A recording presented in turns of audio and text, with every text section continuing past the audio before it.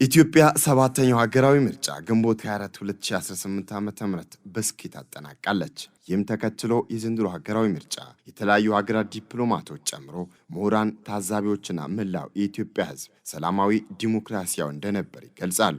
ዶክተር በላይ ዘርጋ በወልቂጤ ዩኒቨርሲቲ የታሪክ ተመራማሪና ምሁር ናቸው። ከወቅታዊ የምርጫ ሂደት በሚመለከት ከኦቢኤን ጋር ቆይታ አድርገዋል። በቆይታቸውም የዘንድሮ ሀገራዊ ምርጫ ሰላማዊና ዲሞክራሲያዊ የሰፈነበት ስለመሆኑ ይገልጻሉ።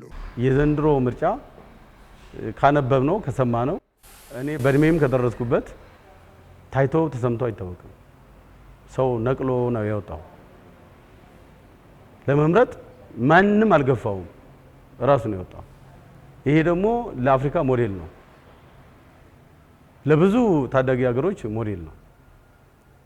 ይህ ሁሉ ሚሊዮን ህዝብ ከ50 ሚሊዮን በላይ ህዝብ ለምርጫ ተመዝግቦ የምርጫ ካርድ ወስዶ ለመምረጥ ከሌሊቱ 10 ሰዓት ጀምሮ እስከ ቀን ሙሉ ውሎ አድሮ ውሎ እስከ ምሽቱ እስከ ሌሊቱ 6 ሰዓት እንጃ ሌላ ዓለም ውስጥ አለ ብዬ አልገምትም።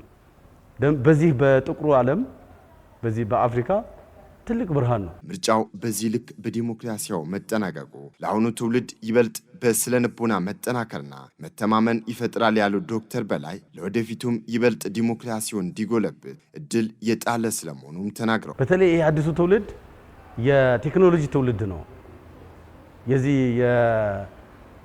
የአዲስ ኢመርጂንግ ቴክኖሎጂ ትውልድ ነው እና ይሄ ትውልድ ይሄ ማየቱ በጣም ተስፋ እንዲኖረው ያደርጋል። በአገሩ የሚመርጠው መንግስት ያውቃል፣ ከዛ ይመራኛል የሚለውን መንግስት ይመርጣል ማለት ነው። ወደፊትም ቢሆን አይሸማቀቅም። ምርጫ ሲባል ማንም አይገፋውም። ራሱ ወጥቶ መምረጥ እንደሚችል ወደፊት ለሚቀጥለው ትውልድ ትልቅ ስንቅ የሆነ በአፍሪካም እንደ ሞዴል የሚታይ ከፍ ያለ በጣም የተቀናጀ አንድ እንኳን ኮሽታ ያልታየበት ምናልባት አልፎ አልፎ ኖርዝ እንደሰማነው ካልሆነ በስተቀር በቃ የሚገርም ነው። ውጤቱም የምርጫ ቦርድ ይፋ እስከሚያደርግ ድረስ ሁሉም በትዕግስት በመጠባበቅ ከውጤቱም ወዲህ አሸናፊም ሆነ ተሸናፊ ሁሉም ለሀገሩ ሰላምና አንድነት በጋራ መቆም እንዳለበት አስገንዝበው የተጀመሩ ልማትም ማስቀጠል ያስፈልጋል ሲሉም መልእክታቸውን አስተላልፈዋል። የምርጫ ቦርድ በተሰጠው ጊዜ መሰረት መግለጫ እስከሚሰጥ ድረስ ሁላችንም በትዕግስት መጠባበቅ አለብን። ከዛ በኋላ የተመረጠው መንግስት የኢትዮጵያ መንግስት ነው።